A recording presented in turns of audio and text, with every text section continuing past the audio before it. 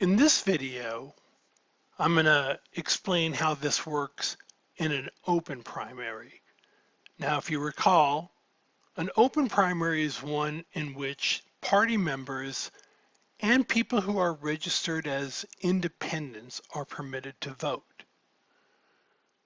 One of the things that will help you understand what I'm about to show is that independents tend to be less ideologically extreme than party members. That's true of independents who vote in a Democratic open primary as well as independents who vote in a Republican open primary. So now this is a new graph that I want you to look at. You can see that the distribution of Democrats on the left side and Republicans on the right side that I showed before is still there.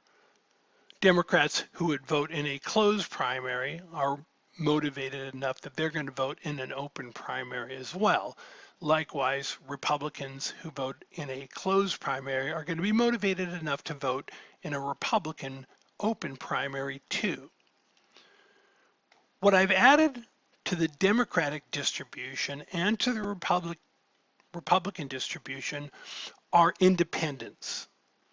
Now, one of the things that you should notice is that instead of the skew going sort of straight down, where as it is in a Democratic closed primary, where once you get past somebody who's like liberal, it starts to drop off really quickly. The graph has a larger hump to it, right? That there are some liberal people, there are some somewhat liberal people voting in the Democratic open primary, but they're independents. They're not as ideologically extreme. And so that area just below the black line, that's where the independents are. On the Republican side, it's the same thing. Republican independents who vote in open primaries tend not to be as ideologically extreme as party members. And so when you add them to the graph, what happens is that it causes the median voter line to shift. So now you can see on the Democratic side, the median voter now shifts to the right a little bit. And on the Republican side, the median voter now shifts to the left because it's taking into account a whole bunch of people who are voting now who have extreme views that are not as extreme as they would be in a closed primary. And once again, the median is the middle value in a set of values arranged in order. So the median voter in a Democratic open primary, what that's intended to denote is that there are equal number of people more liberal than the median voter, as are more conservative than the median voter. And then that the same is true on the Republican side. For the median voter, there are an equal number of people more conservative than the median voter as more liberal. That's what makes them the median value in a set of values arranged in order. What that means is if there's an election, oh, excuse me, wrong direction, and these are the candidates, who's going to win? On the Democratic side, we have a candidate at 1.2. We have a candidate at 1.5. We have a candidate at 2.1. That was the one who won in the closed primary. We have a candidate at 3.5. And then we have a candidate at 5.0, a moderate. On the Republican side, we have a candidate at 8.8, very conservative. 8.5, we have a candidate at 7.8. That's the one who won in the closed primary. We have a candidate who's at a 6.5, and then we have another candidate at 5.0, a moderate. Which candidates are going to win on the Democratic side and on the Republican side? Remember, the candidate that wins the support of the median voter is going to be the one who wins the election. Well, the way it would work in a Democratic open primary is candidate 3.5 would wind up winning. Somebody who's more moderate, relatively speaking, than the candidate who won in the closed primary, but this person still isn't moderate. This person's somewhat extreme, but not moderate. On the Republican side, who's going to win? Hopefully you said candidate D at 6.5, right? The candidate who won in the closed primary was candidate with a score of 7.8. Now a more moderate candidate has won, but certainly not a moderate themselves. They're just more moderate than the candidate who won in the closed primary. So what does this mean for the general election? Well, in this case, we have a similar situation than we had before. If both parties have open primaries, then voters are going to be forced to choose between a candidate on the Democratic side who's at a 3.5, right? They're somewhat liberal, and a candidate on the Republican side who's somewhat conservative. But once again, since most voters are moderates, they never have a chance to vote for a moderate candidate because moderates don't survive the primary elections. They don't get enough votes to win. And so whether the parties are holding closed primaries or whether they're holding open primaries, either way, moderate voters never have a chance to vote for a moderate candidate because a moderate candidate doesn't win in the primaries. Now, here's one thing you should also know. Most states have closed primaries. And so most of the time, the people who are making it to the general election are more extreme candidates.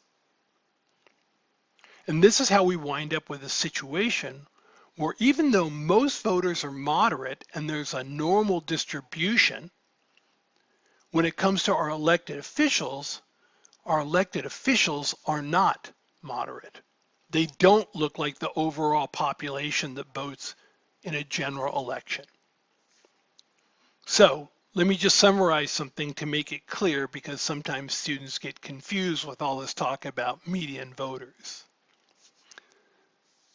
Oftentimes, if I ask students, what's the ideology of the median voter, they'll say the median voter is a moderate. That's true in a general election. But in a Democratic closed primary, the median voter is going to be somewhat extreme, or is going to be extreme. And as a result, the candidate who gets elected is going to be extreme. In a Democratic open primary, the median voter is going to be somewhat extreme. And that means the candidate that's going to win is going to be somewhat extreme. Then on the Republican side, in a Republican open primary, the median voter is going to be somewhat extreme. And that means that the candidate who wins is going to be somewhat extreme. And then finally, the median voter in a Republican closed primary is going to be somebody who's very extreme. And that means that the candidate who's going to win in the Republican closed primary is going to be very extreme as well. So if I ask you a question, what is the ideology of the median voter? The first thing you should ask yourself is, in what election? Because it depends on who's actually voting. You need to know who the people who are voting to determine who the median voter is. Now, one final thing. As I said, our elected officials tend to be more extreme than the population as a whole. The question is, what can be done to fix that? Let me offer one solution. Fundamentally, the problem here is that the people who are in the middle, moderate voters, don't vote. If moderate voters voted in primary elections, then the candidates who ran would be more likely to be moderate because they would be the ones who are participating. If there are a lot of moderates voting in a Democratic uh, open primary or even a Democratic closed primary, right, then uh, that would shift the median voter. That would shift the median voter. So somebody who's a moderate can still register as a Democrat.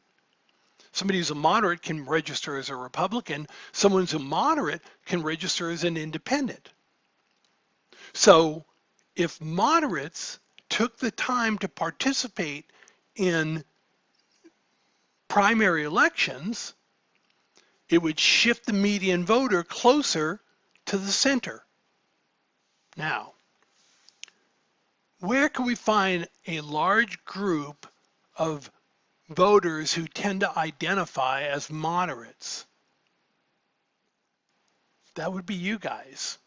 For those of you who fall between the ages of like 18 and 25. I'm not saying all of you are moderates. Some of you probably have very strong views, but there's a large chunk of you who are in the center of the ideological spectrum, if only because you really haven't figured out where you stand.